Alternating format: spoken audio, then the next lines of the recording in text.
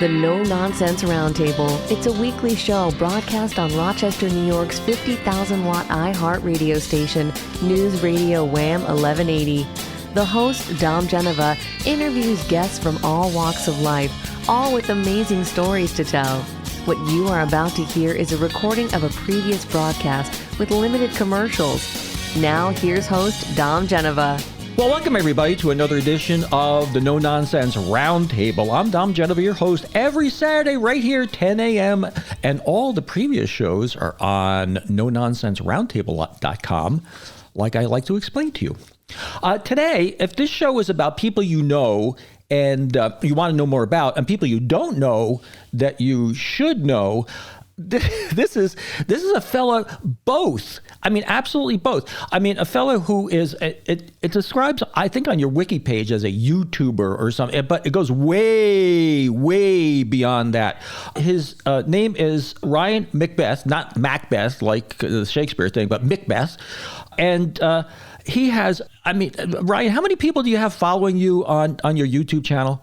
Oh, about a little under 1 million, about 25,000 away from 1 million followers. Unbelievable. I mean, I have this show, I'm doing this part-time and, whatever. This is a guy who really knows what he's doing, and you need to know about him. And I'm going to tell you right now, right at the beginning of the show, you need to subscribe to his channel and get the stuff that this guy does. And I'm going to explain in a second what he does. Ryan was an infantryman for 20 years.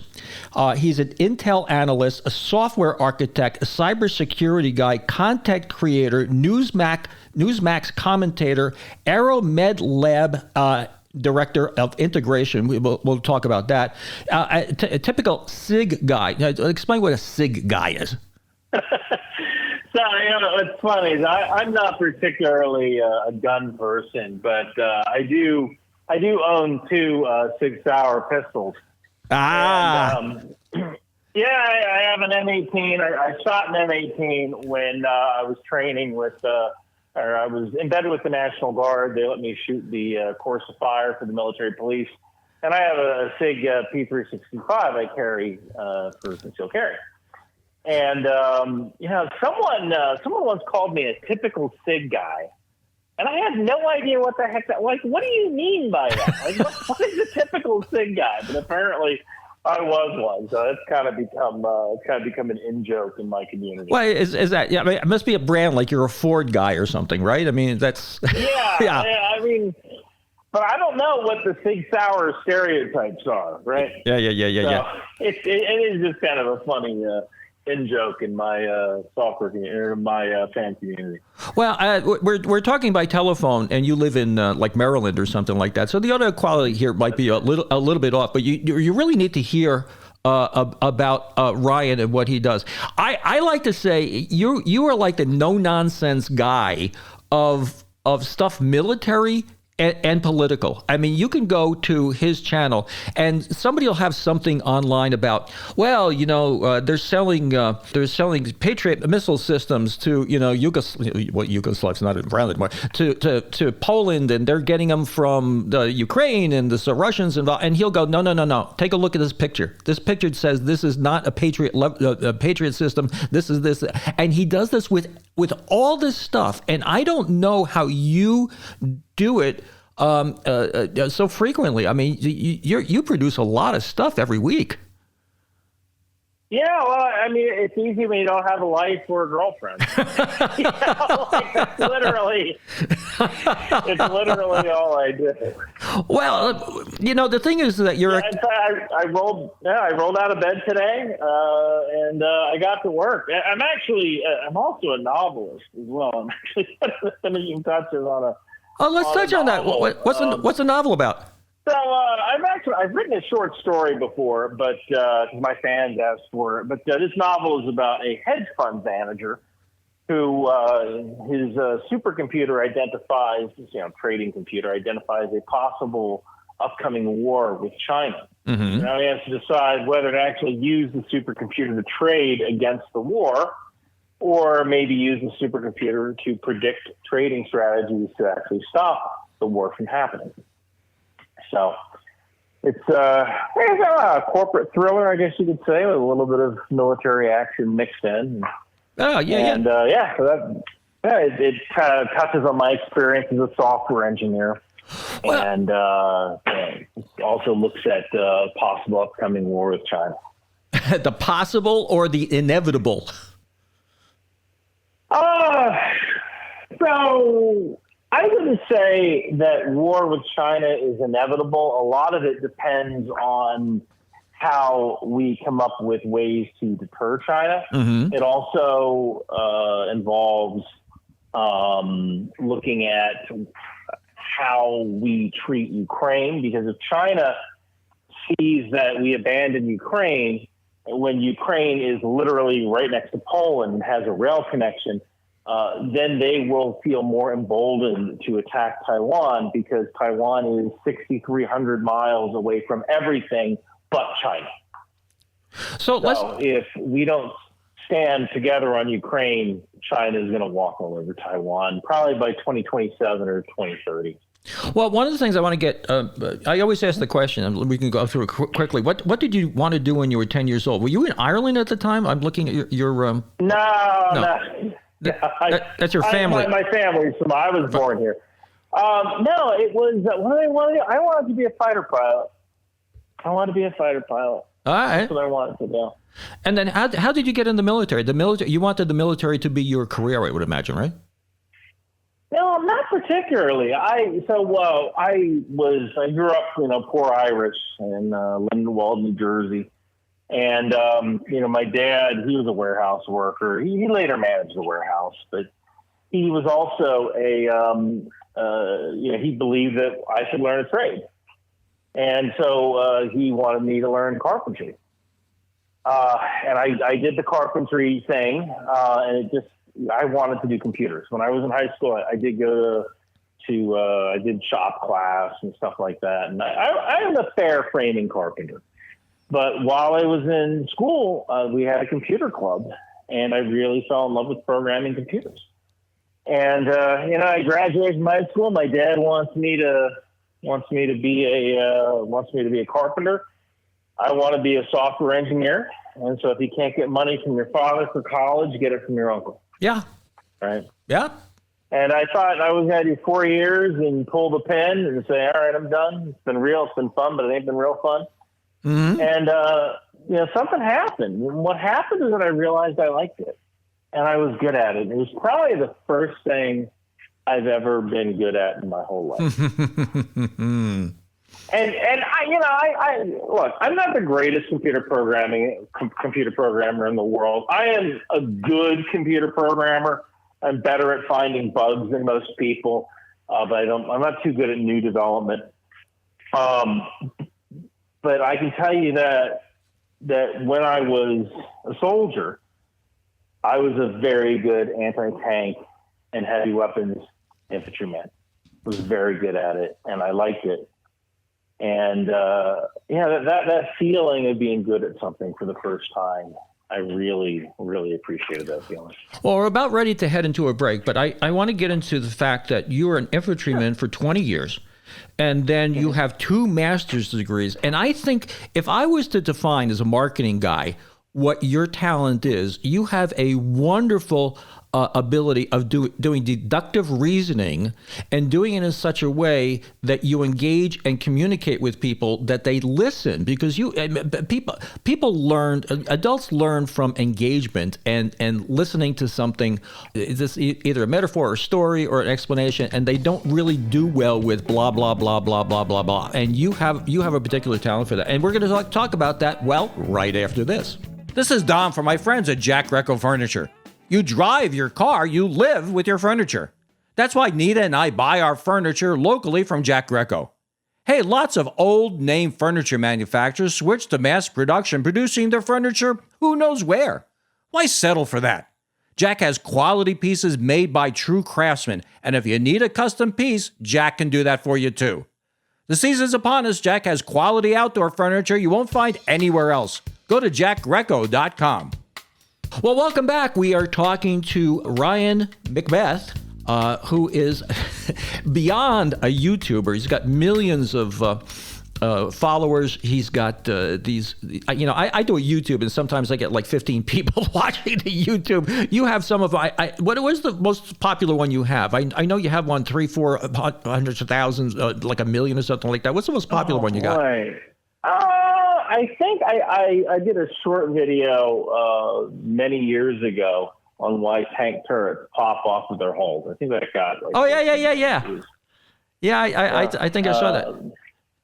You also said, I saw a little bit of a 7-minute YouTube that you did about who is Ryan McBeth, and you were talking about Ireland at the time. Anita and I had the privilege of getting invited to a deal with Chrysler when I worked for Chrysler, where they gave us they gave us a trip to Europe. We spent some time in Belfast, and the interesting thing is they had these taxi drivers that took us through Belfast, and you didn't know if they were Catholic and you didn't know if they were Protestant, but they would explain to you what the quote unquote troubles were.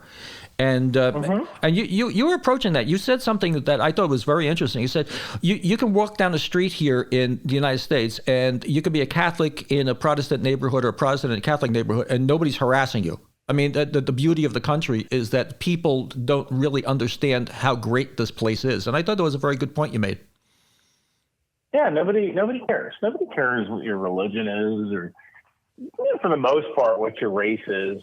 As long as you work hard and you try to make something of yourself, Americans tend to be more interested in what you have to offer rather than who your parents were or where you're from. Yeah, and that's a pretty amazing thing. This is I've been, at least in the military, I've been to some crummy countries. And I got to tell you, this is the best country in the world.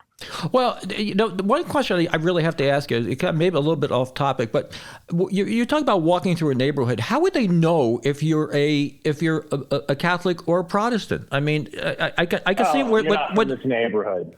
Just because you're not from this neighborhood, or they do know who you are. Yeah. I mean, it's no different than some gang member. I mean, they're all gangs, right? Yeah. And the IRA was really no different than Hamas. Yep. Hey, you didn't pay your protection money this month. We can't protect you from England if you don't pay your protection money. Right? So let me ask you a question. You're talking about help. Okay, I'm sorry. And the Ulster militia wasn't all that much better. Yeah. Now let me ask you a question. I'm going to ask you an opinion. I'm looking at the stuff that Israel's doing now, and they're bombing these people, and they're doing very strategic, very pointed assassinations of these. Do we have a hand in this, and we're not telling anybody? You think? So Israel is an ally. And you do things for allies that you wouldn't normally do with other nations.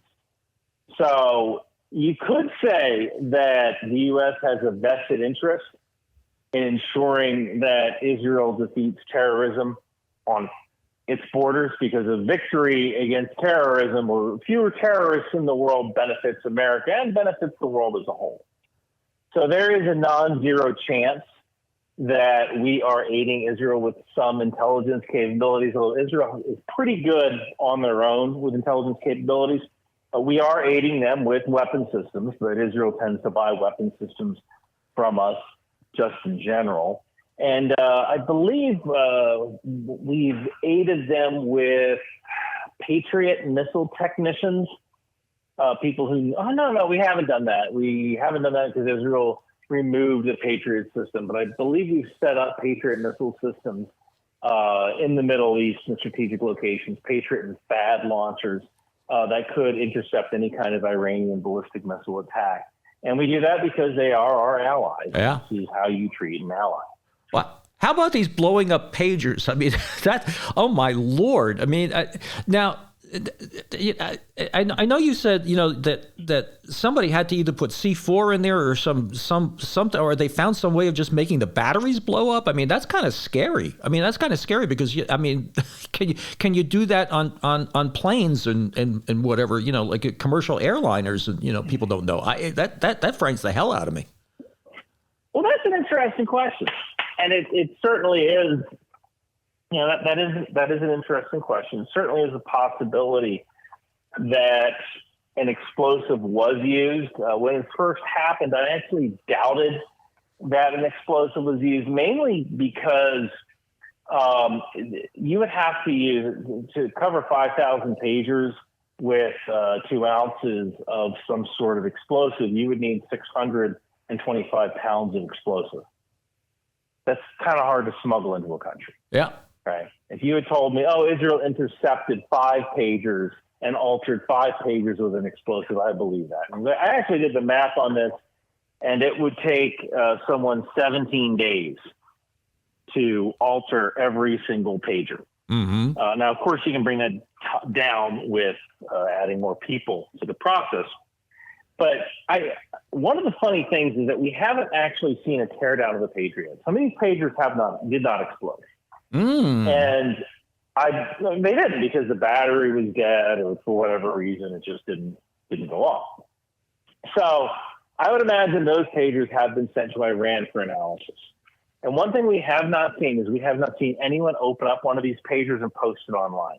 And this kind of leads me to believe that an explosive was not used, because Iran would want to embarrass Israel by opening up one of these pagers and saying, look at these explosives that Israel put inside this pager. It could have gone off on an airplane. It could have done this. It could have done that. But they haven't done that. And I don't know why. So that kind of leads me toward the conclusion that there was not an explosive in the pager. The pager was the explosive. So maybe a high power capacitor in conjunction with an altered battery was used to actually cause the explosion. That's one of the reasons I believe that a traditional nitrate-based explosive wasn't actually used in this attack.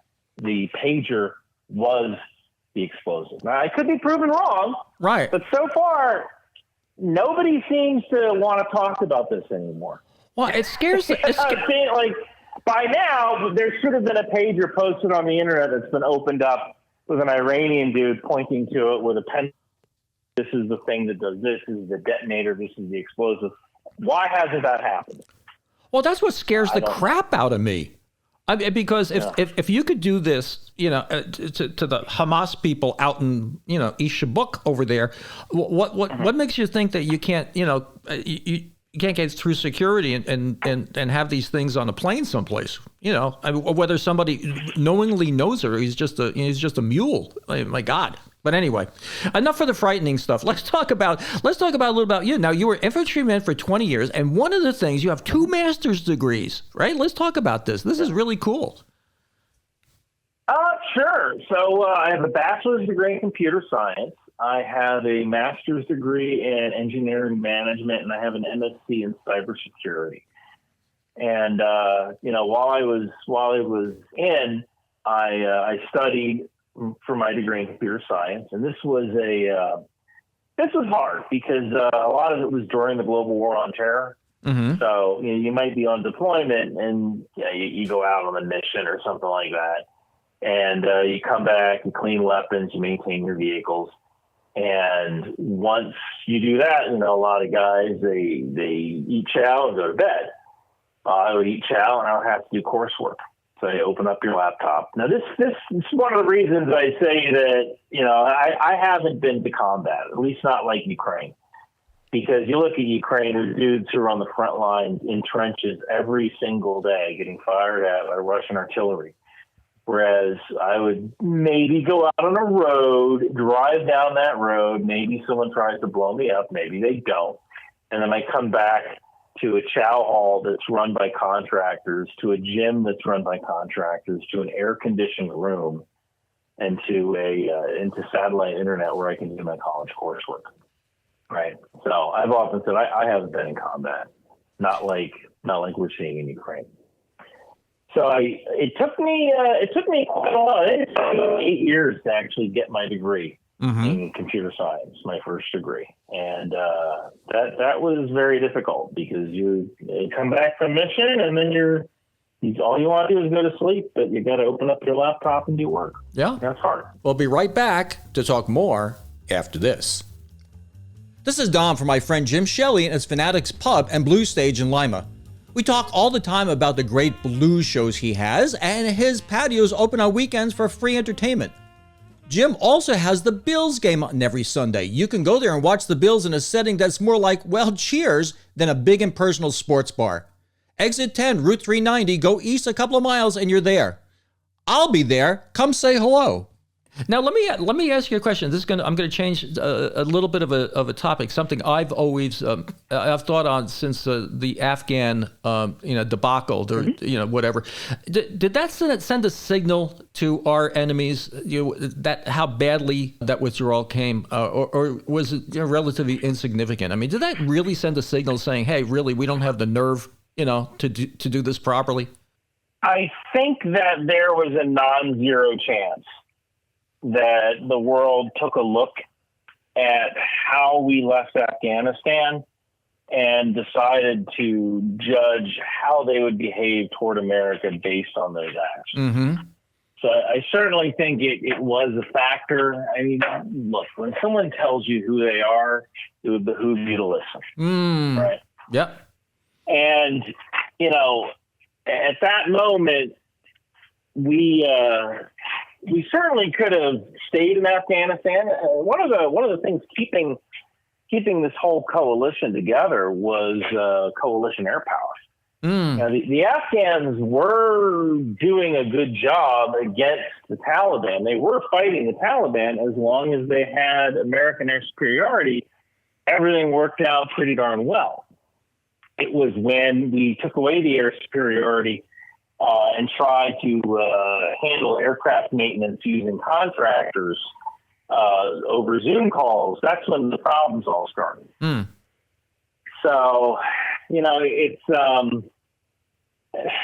we really let Afghanistan down. We let our partners down. We certainly let the women of Afghanistan down.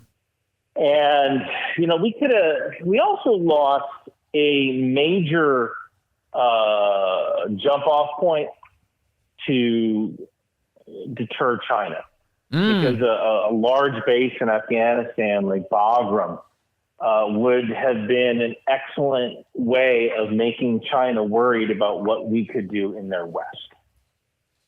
It's just another tool in our toolkit as a capability to deter China.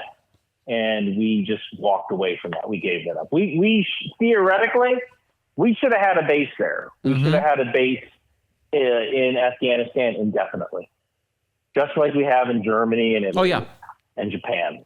We should have had a base there indefinitely, where we allow the Afghans to fight their fight. We occasionally drop a bomb. We have National Guard troops rotate through. They can get experience with a deployment by going to Bagram and guarding Bagram. And pilots get real world experience in actually dropping ordnance. Everybody wins except the Taliban. Yeah. Right. Everybody wins. So, but that was not the choice our president made, and you have to follow orders. Well, I guess that's one of the reasons that we're putting more troops into Poland, because you're the expert, but it's kind of like a tripwire. I mean, the Russians might want to get into a tussle with this country or that country, but when they're theoretically in danger of killing Americans, that escalates into a whole different scenario, right? So that tripwire theory doesn't really hold a lot of value. Really? Okay. There is, yes. It doesn't matter who was killed. What matters is something called Article 5. And Article 5 is an agreement between NATO countries that an attack on one is an attack on all. So I believe the actual Article 5 was actually triggered during 9/11. And that's when you had countries like England and Canada actually flying combat air patrol over New York City. Ah, okay. As part of NATO. Yeah, okay. After 9/11 that happened. You see, this is why I listen. So this is why I tune into you. Yeah, if a Polish soldier is killed in an errant missile attack, it counts the same as an American soldier who was killed in an errant missile attack. It doesn't matter. An attack on one is an attack on all. So that whole tripwire thing, that doesn't mean that much. And plus, Russia doesn't want to go to war with NATO. They are terrified of going to war with NATO. That's why they use disinformation so much. If they go to war with NATO, they will lose. They can barely defeat Ukraine. One of the things that they kind of have to understand about Russia is that their army isn't particularly good in the sense of how we view Western militaries. They're not particularly well trained. They are good at throwing bodies at a problem until that problem is solved, and that is a way of doing things, but eventually out of equipment. The way that NATO would respond to any kind of Russian aggression, it would probably look a lot like the first Gulf War, where we attrit Russia over 6 weeks in an air campaign, and Russia's never had to deal with that before. Russia only has about 280 or so dedicated fighters in the region, just dedicated fighter planes, and maybe another total of 500 or so dedicated fighter planes in the rest of the country that they would have to shift. So I don't think they fully understand what would happen in the event of a conflict with NATO, where we just run circles around Russia for 6 weeks, attriting their surface-to-air missiles, attriting their airfields, attriting their aircraft. They've never had to deal with that before. But they know it's going to be dangerous. They know it's going to look like Saddam Hussein in Iraq in 1991. So they do not want to cause a war with NATO. That's why they keep threatening nuclear war or threatening NATO countries with whatever. It's because they want us to be scared and let them do what they want in the hopes that maybe they'll eat them last. So let's change the topic just a little bit, because this isn't all military information, items, whatever, in your work. You did a wonderful analysis of this 2025 project. My wife and I driving back from South Bend. It's an 8-hour trip. I mean, it's like the most boring trip in the world. I mean, there's an awful lot. They're really good at having flat. There's a lot of flat between here and there, and my wife is like, well, here's this podcast. So okay, it's like, okay, Elon Musk. It was like, I don't know. It was like 37 hours or something like this. I said, I can't take this anymore. It's just too freaking long. Let me have you talk. Let me have you listen to this guy, Ryan McBeth. I said, he's really cool, and you're going to learn stuff and whatever. And she listened to it. She goes, wow, that was really good. And I got to tell you, Nita doesn't say that about my show. Okay, that's I don't get those type of reviews from what I do. But you got that. So let's go through that. I'm gonna pose on you. I'm gonna pose on you to go through this 2025 project and what's right, what's wrong. What do you think is right? What do you think is wrong? And again, to my audience, this fella is not a Republican. He is not a Democrat. He is a analysis, and he uses math and logic to talk to you. Okay. And by the way, talking about you, let's tell people about your website. It's ryanmcbeth.com with an MC Beth, not MacBeth.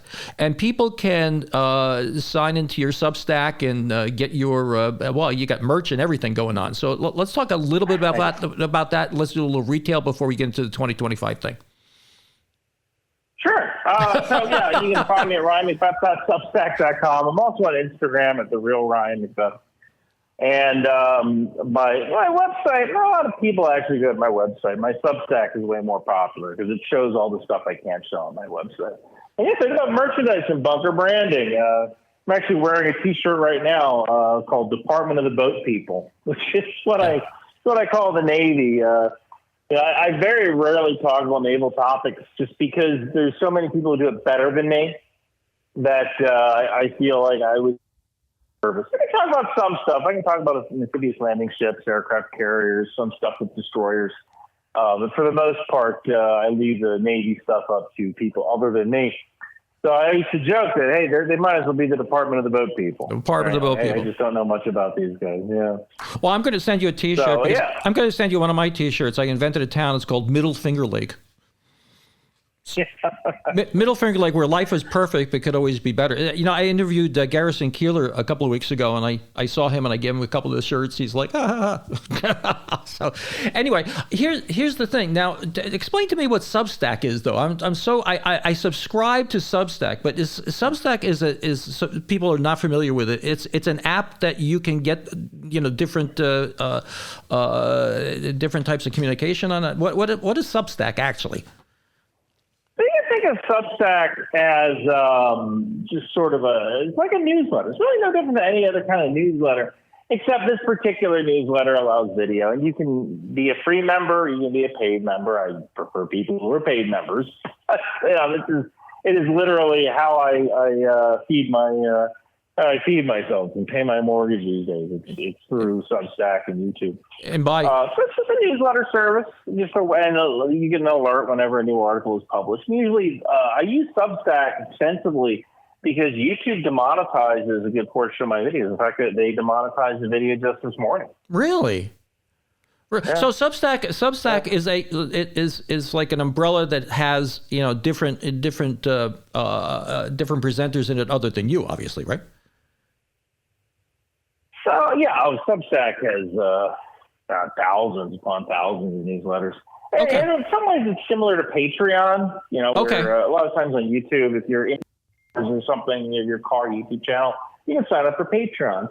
And they might give you some extra content. What I kind of like about Substack is that Substack only keeps 10% of the money that someone signs up for.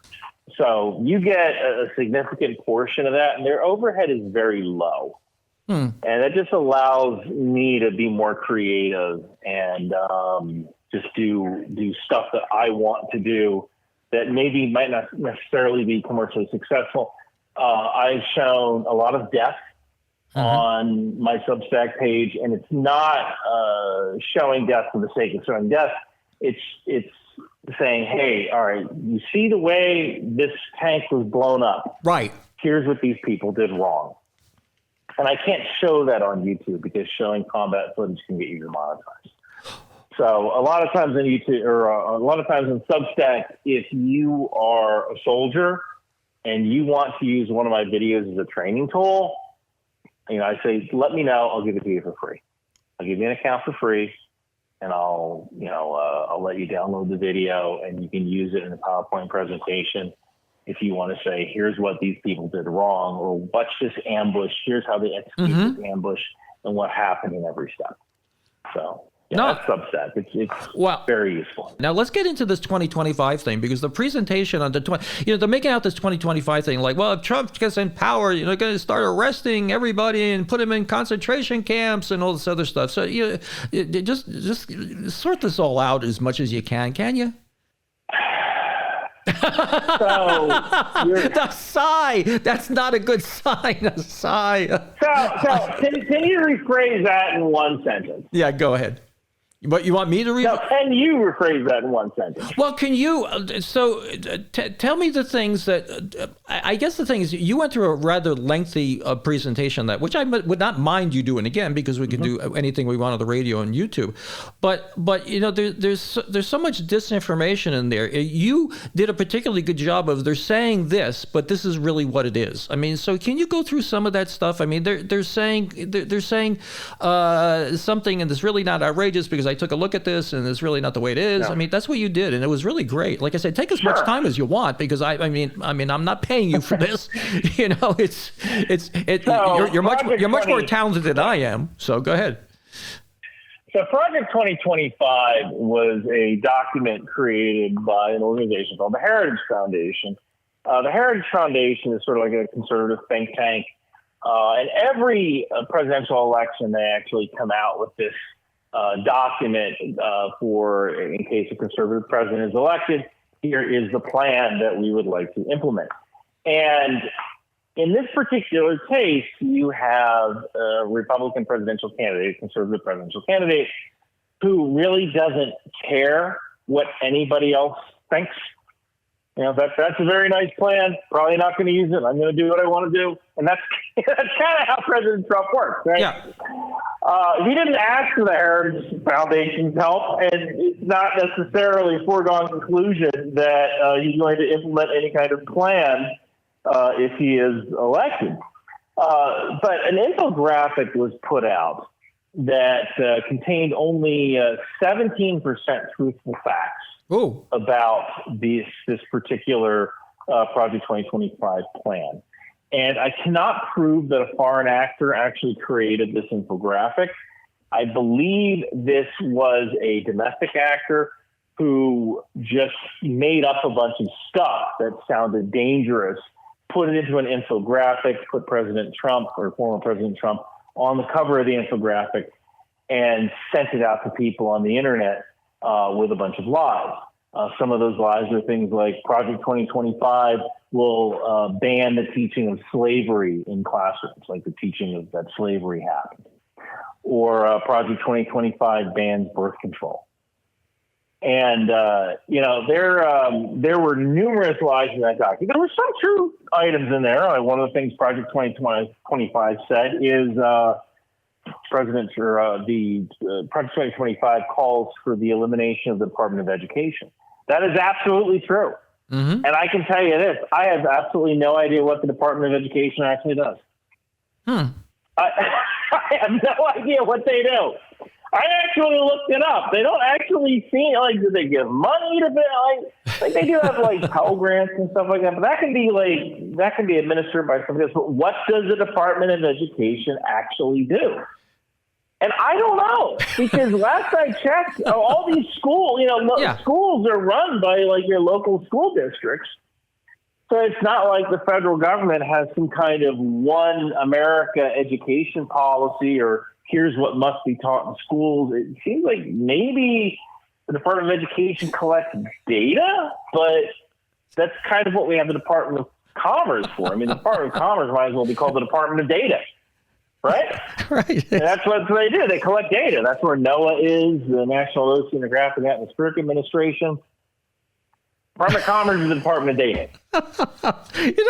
So yes, Project 2025 wants to eliminate the Department of Education, but that might not necessarily be a bad thing. Well, here another thing they talked about was removing, firing FBI agents. And yes, Project 2025, apparently there's more people in FBI, ancillary FBI support than there are FBI agents. Yeah. And when you're growing, now maybe it makes sense. You need IT workers, right? You need people who mop the floors, right? You need those people. But what Project 2025 wants to do is get these FBI agents back to being a badged force, as opposed to kind of a bloated force with a lot of middle managers. Because, if you have middle managers, the next thing they do is they try to figure out something to do. Yeah. Right? Like if they don't have a task, they darn it, they're going to come up with something. And usually that task is to grow the people under them that aren't badged as well. Right. How can we grow this organization so I can get more power? So again, maybe it's not a bad idea. But there were about 17% of the stuff, only 17% of the stuff in that particular infographic was actually truthful. The rest was a mixed factuality or an outright lie. Right, and then they take that and they weaponize that. Yeah, I mean, so most people are not going to read the document. The document was 900 pages. I read that whole darn document. and there was, I mean, it's a lot. It's a lot. It's a lot to read, and most people aren't going to read it. Right. And so it's very easy to take a look at an infographic and get very emotional about that infographic and then immediately share it, which is the intention of that. That is how disinformation agents actually craft this specialized disinformation. They're looking for that emotional response, or what I call emotional truth. Mm-hmm. If someone looks at an infographic that says Republicans are going to prevent black people from celebrating Kwanzaa, some people who have a predisposed notion toward hating someone who isn't on their team right. might feel that quote is emotionally truthful. It might not be able to be supported by facts, but they feel it to be true. And that might just be good enough for them to tell other people about it. Well, the thing about the like I said, I'm a bit of a marketing guy. The thing about the Department of Education, it's called the Department of Education. It's like if you had a Department of Puppies. Nobody's going to be against puppies, right? So you say education. Well, everybody's for education. Of course, we want an education. Well, whether the veracity of it is such that it's really worthwhile or not, you have it named the Department of Education. I mean, that's how I look at it. Jeez. So you go through these things. Not the last one, but one of the things I saw that you did recently. And this is why, ladies and gentlemen, this is why this guy is so good. Okay, so a little thing is something was published online that Zelensky's wife bought a $2 million car, whatever. Yeah. $4 million Bugatti. Yeah, a Bugatti, and he goes through the document. And could you explain a little bit of the things that you pointed out on that document as like, holy shit! Oh my God, I got to bleep that. Holy. Holy cow! Yeah. So this has been a trope. One of the things that Russia tries to do is Russia tries to insinuate that money going to Ukraine is actual money, not weapon systems. And let me explain this. Russia cannot win in Ukraine as long as the West is continuing to give Ukraine aid. They just can't win there. However, they can win if Western nations shut off their supply of aid. Now, there's a couple of ways of doing this. Russia could bomb a munitions factory in Germany or France or the United States. That happens. Now we have Article 5. So bombing that munitions factory that's in NATO is out of the question. You can't do that. But what you can do is use information war to convince the citizens of that country to tell their politicians not to support Ukraine. And then what have you effectively done? You've effectively bombed that munitions factory. Because the end result, the end state is exactly the same. The effects on target are exactly the same. The munitions factory isn't sending weapons to Ukraine. You could do that with a bomb, or you could do that with information war to convince people not to support Ukraine. The end effects are the same. Now, in order to do this, one of the things that Russia does is Russia says, hey, all of this money going to Ukraine is being given to Zelensky and a corrupt family, and they're buying cars and houses and properties.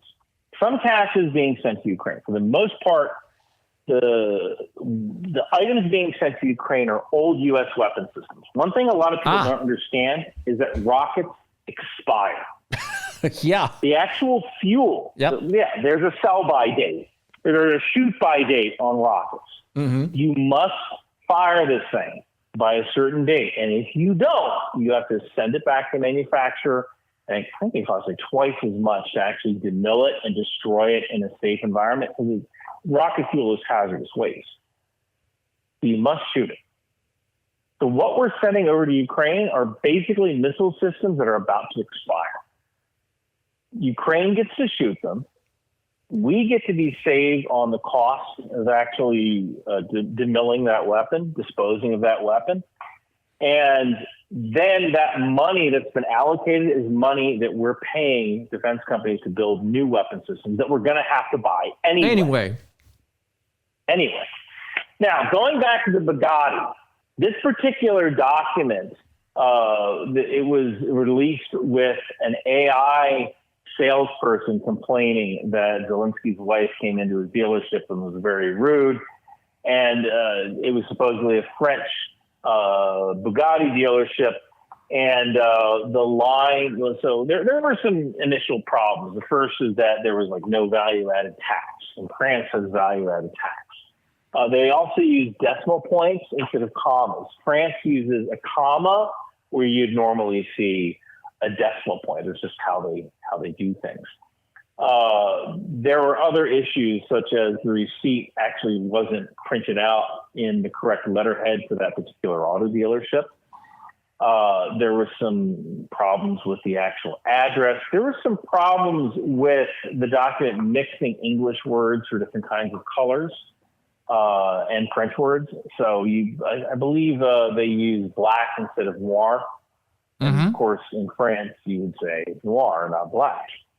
So there were a number of problems with that specific document. But if you have the emotional truth that Ukraine is just taking all of America's money, it's very easy to look at this document, not think much about it, and share it with people. That's what I love about you. I learned something. Hey, one of the last questions. Well, I'm going to just ask you a kind of a hokey question. What's the most interesting person you ever met? Because you've been traveling in these circles that I can't even imagine. Probably my dad. Ah, okay. Probably my dad. You know, my dad worked very hard his whole life, and he has a lot of stories. And the fact that he's still standing here today, I think, is kind of a miracle. Honestly, it would probably be my dad. I think my dad's the most interesting person I ever met. I think there's a lot to be learned from a blue-collar, working-class guy. Oh, yeah. Yeah, I think that in this country in particular, editorialize, we kind of deride those people, and we shouldn't. I mean, the thing about it is that you can go to college and have something that's not a marketable skill. I mean, and we judge our kids by, what college is he going to? I got to tell you something. I had mechanics working for me, especially diesel mechanics. My Lord, I mean, you were in the infantry for a long time. I mean, you got somebody who's a diesel mechanic. My God, this guy's bright. Maybe he doesn't have a college degree, but man, you have to have your stuff together. So I agree with that. Hardworking guys doing good. Okay, now give me the second guy. I mean, give me a name of some famous guy. I mean, I have Reggie Jackson stories and stuff. Give me somebody that everybody knows.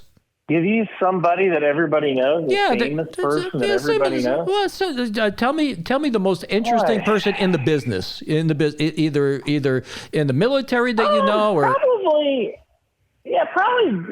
Jordan Harbinger. He's probably the most interesting, famous person that I've met. Jordan Harbinger is a podcaster. He's out in California. I've been on his show 3 times, and I finally got a chance to meet him.